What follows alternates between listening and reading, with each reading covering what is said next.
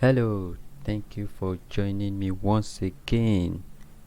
And we have been talking about Python for Beginners series, and in this video I will be discussing loops and iterables in Python. Now, before we start, let me explain what these two keywords simply means in literary terms. Iterable simply means repetition. When you are repeating something, you are iterating. Okay, and while loop simply means when you want something to run continuously, so that anytime so that same thing continue running over and over again is called loop. Okay, it simply means when you want something to continue running so that the same thing keep repeating itself over and over again, that is loop. And loop and iterable are very important in Python programming. Okay, they are very fundamental, and it allows us to make to make to automate our task. Okay, and by automating we want to simplify our coding. Okay, and this is very useful in scenarios when we want to process data and all. Now, the first thing I want to talk about is the for loop. There are two types of loops in Python. The first one I will talk about is the for loop. Now, the for loop start like this. So we have a for, which is a keyword that tells Python that what we are about to do is a loop. Then we have a variable. Our variable can be n, it can be anything. Okay, in Python. Then we now use the in keyword, which is a membership keyword. So you can check out the video description to learn more about the in Python operator in my previous video. Then I can say here I can have orange, for example. So I can say oranges. Okay, and then I have my colon and then print. Okay, so if I print n. Okay, so before I print, I said that the for is a keyword that tell Python that what we are about to do is a loop, and the n is a variable that that holds the value of our loop. Then I said that this is our iterable. Okay, the orange is our iterable, and because it's our iterable, this is what we are looping over. So we are looping through the letters of orange. Okay, so when we print, we are printing all of the value. So we are printing the oranges, the letters out. Okay, so this is how Python works. So this is the keyword that tell Python we are about to do a loop. Then the n is a variable, the orange is our iterable, and this can be a function, it can also be an object. Then this is the code that gets repeated over and over again. Okay, our print.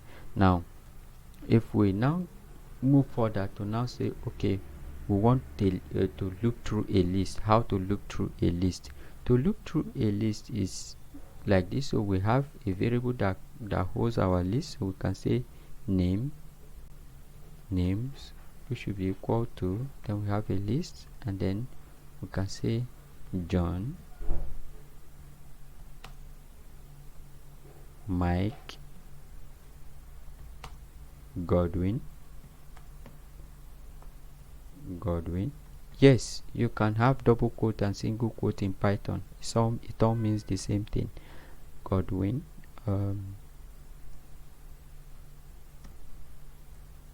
Caleb. Alright, so let's stop here. So these are a list of names that we have. So for us to loop through it, we have our for keyword, and then for say n, what we can call it.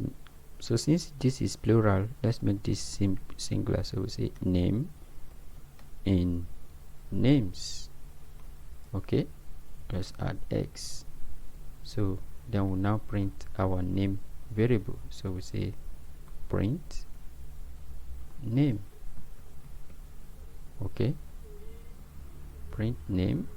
So when we run our code, we will have all our values. So this is how to loop through a list in Python. Okay, where you have a list variable and then it contains the list of your values. Okay, a list of type string, as you can see here. Then we are looping through to fetch, to get each of these values here. So now we have John, we have Mike, we have Godwin, we have Caleb. So when we run again, you can see that. Now how about when we don't want to loop everything? There are situations where we have a large data and there are certain things, there are levels we want to stop our loop. Okay, so in a situation when we want to check, we want to stop a loop, what do?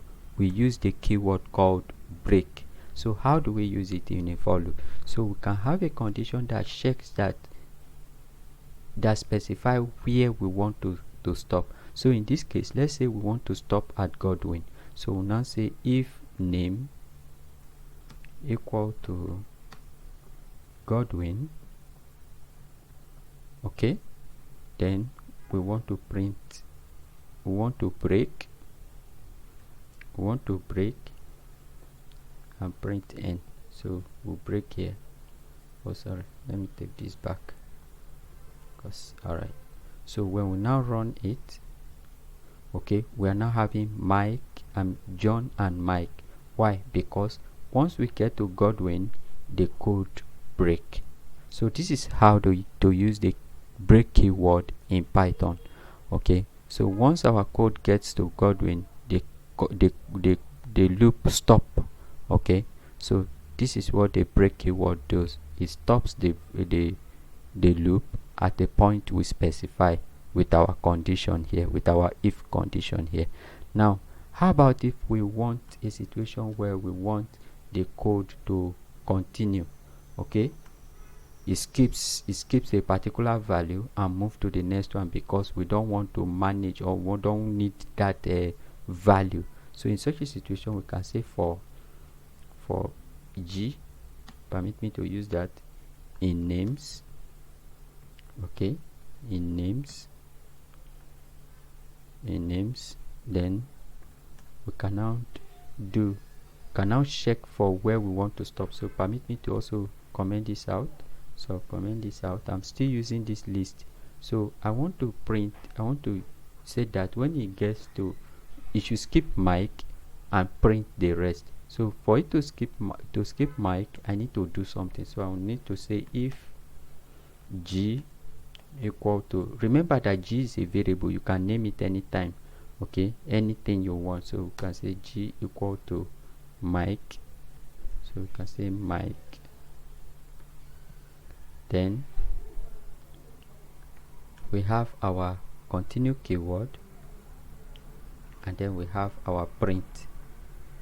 Okay, then we'll print G. So if we now print G, what do we get? We now have John, Godwin and Caleb. Okay, why? It will skip Mike. So the continue keyword is used to skip an iterable and move to the next one. So, and this is useful in a situation where you want a particular value not to be useful. You skip it and move to the next one. Or when you are fetching data and you want to skip a particular data that is coming in or that is in storage, so you can use the continue keyword to skip that particular value and move to the next one. You can also use the break to stop at a particular point in your code. Now this is it. Now the next one I want to discuss is the range function in Python. Now the range function is a function that takes parameter. Okay, so we can do something like this. Okay, remember that you're having an indexing variable before a loop doesn't happen in Python. So you can just continue. So I'll just do for x in range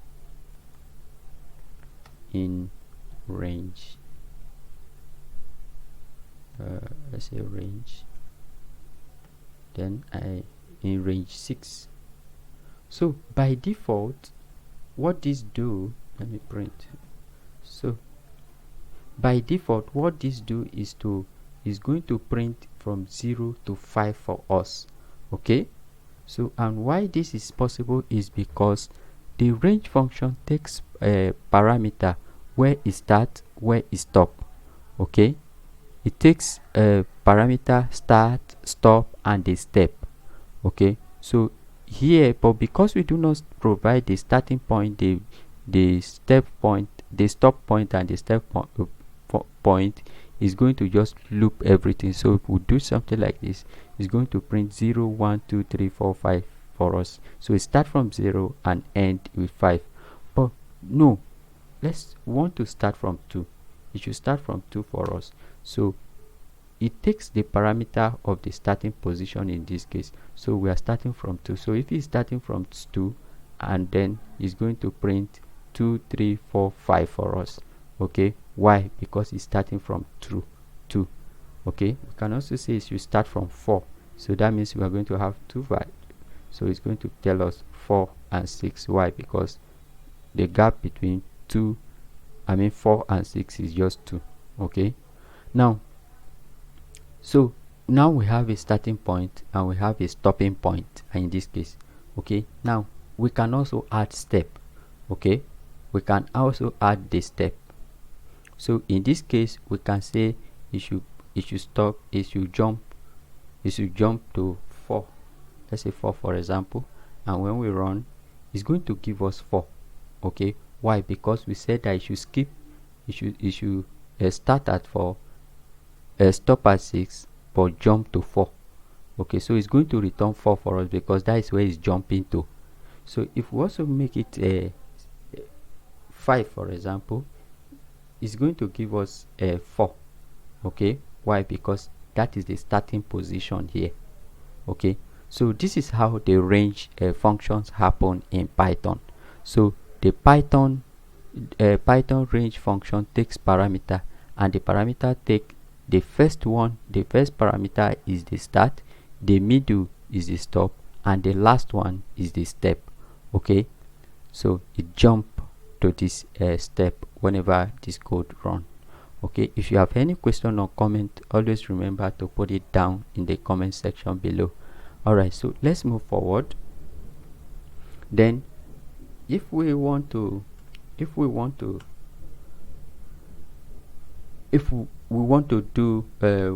to pass, okay, you can write a for loop with that is empty. So you can't do something like this in a for loop. Okay, you can say for f in fruits. Okay, for f in fruits. Okay, fruits, and then colon. So you can't do something like this and just leave it empty like this. No, it's going to throw an error. So I can't just come and say I want to leave my code like this. No, it's going to throw an error. So for you to avoid such error, so if I run the code now, for example, it's going to throw an error. It said indentation error, expected an indented block after a for loop statement. Okay, at line 18. So it is expecting an indentation, but because you did not provide it, it's going to run it's going to throw an error. For you to avoid it, you now use the pass keyword. Okay, you use the pass keyword in order to pass it. Okay, so that you are telling Python that, okay, I don't have anything in this place. Okay, just move forward. All right, so having explained this, let's move further to look at how we can use the else keyword in a loop. Okay, and also nested loop. Now if for example we want to have, I hope this point is clear. So you use the pass keyword to tell Python that we want this place empty. So you don't just leave it empty, you need to pass something. All right, so now if we want to have an if statement, an else statement, so which tell Python that if this loop condition is met, do this, and if the condition is not met, do this. So we use the else keyword in such situation. So if we say for f in front, and we say if f equal to s. Okay, let's say s, and then we now print f in this case. So we say print f. Okay, now print f.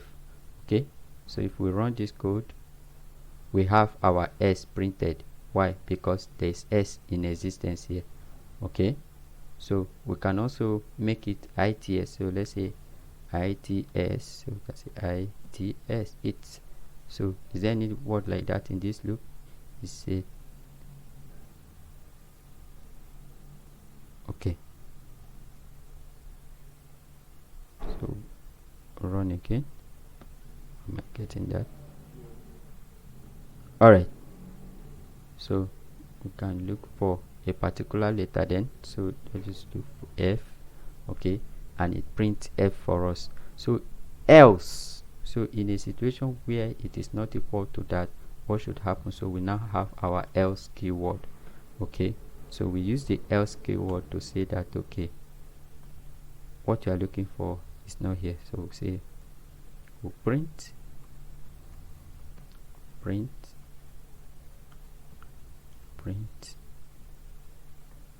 what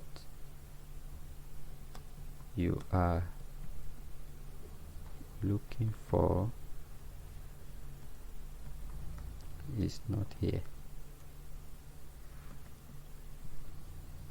It's not here. So we can run it like this. So if we say f, you are looking for this, and then it will now print what you are looking for is not here. So but what if we have another thing that is not there? So we have fruit here. So if I type orange, for example, okay, orange is okay, and I run the code, okay, you should tell me that what I am looking for is not here, because none of this is equal to what I am providing here. Okay, so this is how to use the else keyword in a Python loop. Now the next one we want to discuss is nested for loop in Python. Now how do you do nested loop?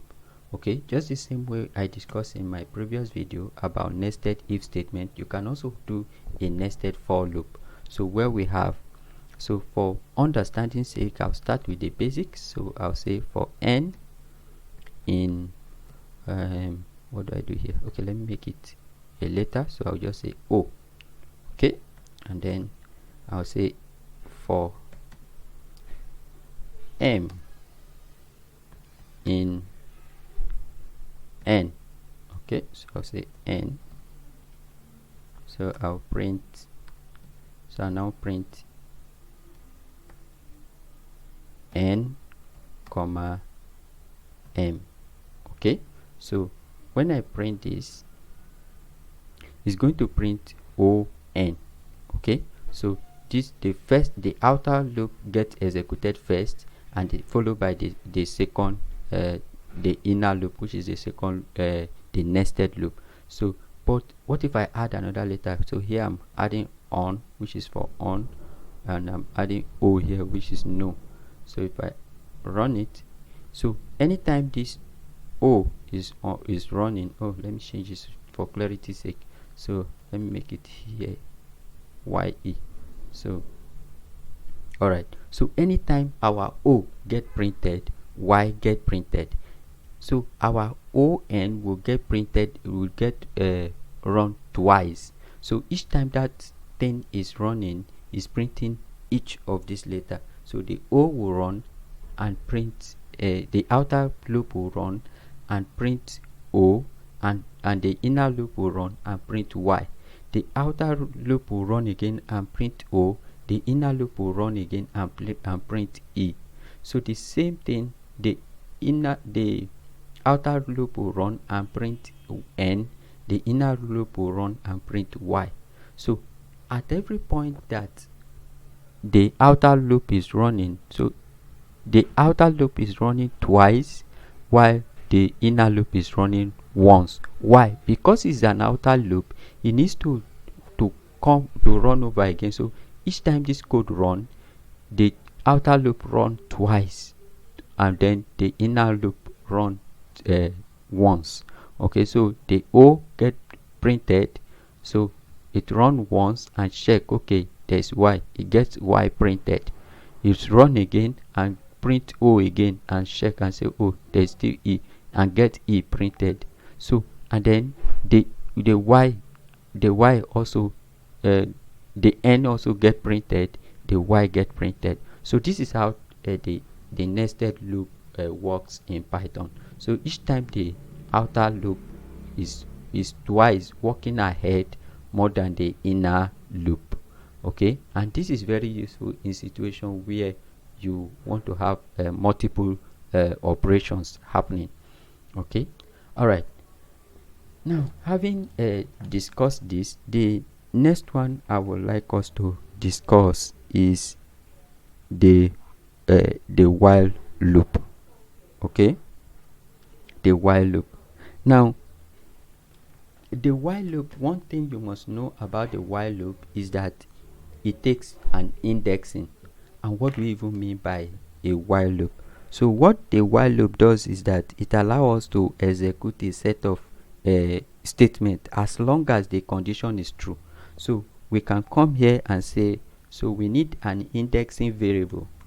Okay, we need an indexing variable. Remember, a while loop will always want an indexing variable. So in a situation when we say I equals to 0, okay, and we say while I is less than, okay, while I is less than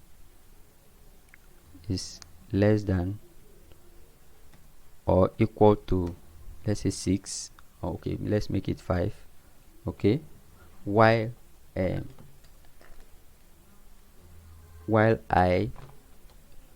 so I here is less than or equal to 5, and then we have this here. So we can now say, we can now carry out our condition. So the next one will now be where we print. Okay, so when we print I, we print I here, but we cannot just print because we will run into an infinite loop. Okay, so let's do it. So here you can see that our code is continuously running.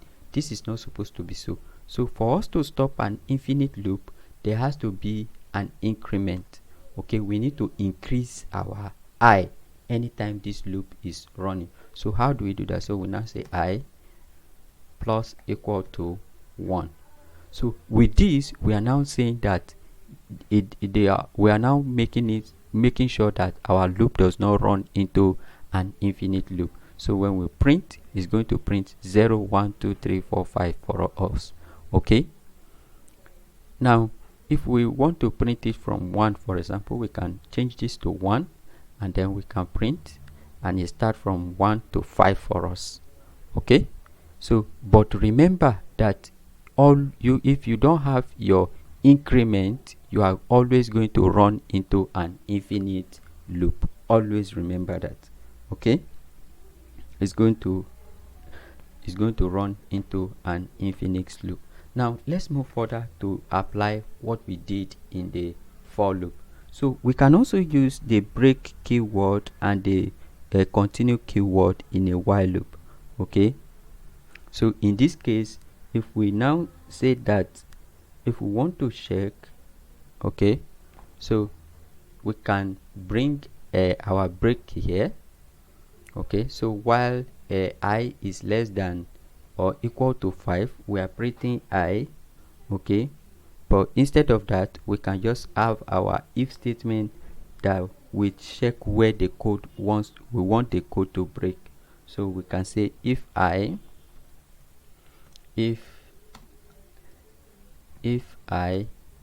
equal to okay, let it break at point 3. Okay, so we can do something like this. Then we can now have our breakpoint. Okay, then let's run the code. Okay, so you can see that we are having 1, 2, 3, so it's stopping at 3.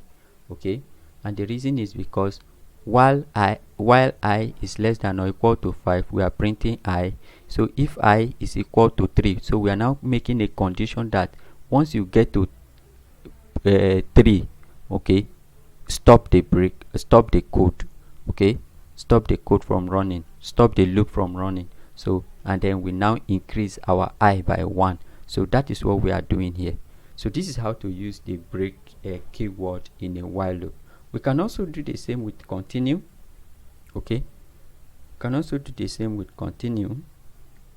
Okay, so if we do something like this and we say, so now you cannot do like this because you will run into an error. Okay, I mean into an infinite loop, just like you are seeing here. So you can't use, let me stop this. Okay, so you can use a continue keyword in this way. Okay, so your continue keyword should be that you bring your increment. Okay, so move our increment here.